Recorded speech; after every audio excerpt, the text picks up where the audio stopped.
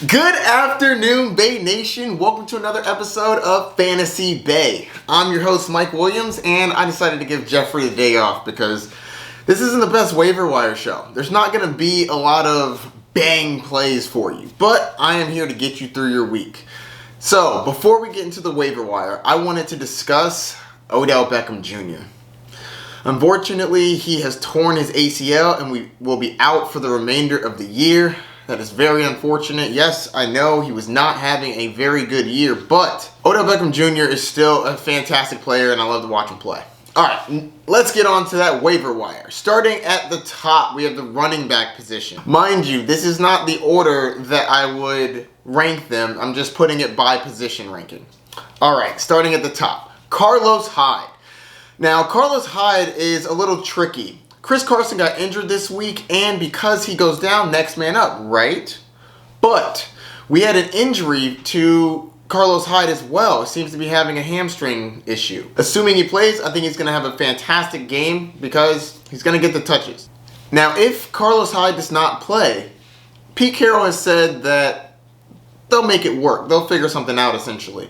DJ Dallas should be able to get on the field, but I'm not extremely confident on it just because he's not great at pass blocking. He really let Russell Wilson get lit up against the Cardinals last week. It was pretty bad. So I do think that they'll work people in and DJ Dallas can get some work, but I wouldn't be trying to go out and grab him. Anyways, next we have running backs from the San Francisco 49ers. Another injury. We have Jeff Wilson Jr. getting injured. J.C. McKissick was getting rest for some reason. It's week 7, but I mean, I know that he's had some injury history in the past, but I mean, can he not get on the field at all? Anyways, so there's a chance he gets mixed in, but the people that I want to talk to you about, Tevin Coleman. I think that Tevin Coleman coming off of IR could get some work. Assuming that he comes off of IR and is healthy enough to play, I do think that he should get a solid role in the offense. Now, next we have JaMycal Hasty. JaMycal Hasty is looking pretty solid. Now, if Tevin Coleman and obviously all the other running backs that are injured are not going to play and it's going to be the McKissick and Hasty show, I think that Hasty can be a viable running back. That being said, not the greatest matchup, but I do think that he can be worth an add if you need him. Like I said, not the greatest waiver wire for running backs this week. Some other running backs that may be interesting. LaMichael Pirine seems like he's going to be getting involved and he's viable in the passing game. Next we have Wayne Gallman. We're not quite sure what's going to happen with Devontae Freeman. He seemed to got banged up and taken out of that game. So Wayne Gallman could be an add, but they're going against the Bucs and we know that Bucs run defense is solid. Next we have J.D. McKissick. He's going to be on bye, but I do think that he is a viable add. Now, mind you, above all of these players, most importantly, you should see if these three are going to be on your waiver wire because they're not really available everywhere, but I wanted to give you a heads up.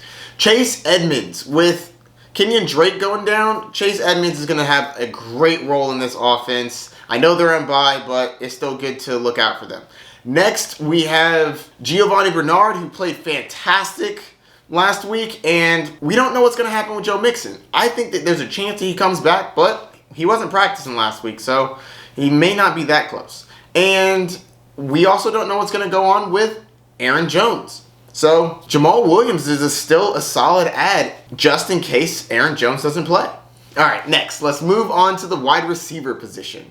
Starting at the top, Sterling Shepard. Sterling Shepard looked great in his first day back from IR. Definitely add him. That team's going to need to throw. Next, we have Brandon Ayuk. Brandon Ayuk is getting lifted up because another injury. Deebo Samuel went down. Man, the 49ers cannot stop getting injured. It's a terrible year for them. He's a talented wide receiver, and I do think that he gets involved in the passing game. Who else are they going to throw it to other than Kittle? Next, we have Cole Beasley. I like Cole Beasley. He seems to be getting involved, and John Brown's health seems to be up in the air. And Cole Beasley is a solid fill-in. Now, a couple other wide receivers I want to talk about. Jalen Reagor, also speculative add coming back. Should be playing that Deshaun Jackson role. Nelson Aguilar seems to be the #1 wide receiver for Oakland. He's been playing pretty solid on and off. Scotty Miller, back from the dead. I think that Tom Brady's going to pass it around, and he could be open, especially with Chris Godwin being out for this week with a thumb injury. Rashad Higgins, I think that he's a great ad as well. Odell Beckham Jr. is out for the rest of the year. Like I said earlier, Rashad Higgins should pick up the slack. Now, he's no Odell Beckham Jr., but I do think that he gets targeted. Moving on to the tight end position. Trey Burton. You know how Phillip Rivers loves his tight ends. Trey Burton's been getting the targets because of injuries and because he's not a bad tight end. So if you need a tight end, you can definitely add him. Another tight end, add Irv Smith Jr. Tight end for the Minnesota Vikings. And he's had 4 receptions in the last 2 weeks and 50-plus yards. It's pretty solid for a tight end, and I think that the work continues. Next, we have Harrison Bryant. Great play last week. I think that he's going to be viable as long as Austin Hooper's going to be out. So I think that you could play him as well. A couple other people to keep in mind. Richard Rodgers should be solid. He's the tight end for the Philadelphia Eagles. I think he's going to get some work. They need someone to throw it to. And last would be, if you have an open spot, Logan Thomas has been playing pretty solid. I think that you can add him to a roster. I know that they're on bye, but if you have a spot and you need a tight end, worse options out there. On to the quarterback position. Joe Burrow had a fantastic week against the Browns. He had a fantastic week last time he played the Browns. I think that he's a viable start if you need a fill-in. And Teddy Bridgewater lit up Atlanta last time he played him, and they play this Thursday. So I think that he's going to be solid. And we have Chris McCaffrey possibly coming back next week. I don't think he comes back this week. He's still non-contact, and they play Thursday, so I strongly doubt that. But next week, he'll get one of the best running backs in the league. So I think that that only helps his value. And as a nice little bonus, I'll give you some defensive ads. I think you could add the Eagles going against the Dallas Cowboys. Before, when Dak Prescott was playing, I wouldn't say this is a great matchup, but they look terrible. And Andy Dalton's not going to be playing this week. Their offensive line is in shambles. Eagles are going to have a field day. Next, we have the Chargers going against the Broncos. That's a fine matchup. Broncos don't scare me. All right, I think that's going to do it. Don't forget to like and subscribe. Let me know what I missed. Who did I get right? Who did I get wrong? Who am I too high on? Who am I too low on? Let me know if you have any questions. Good luck in your waiver wire this week. Peace.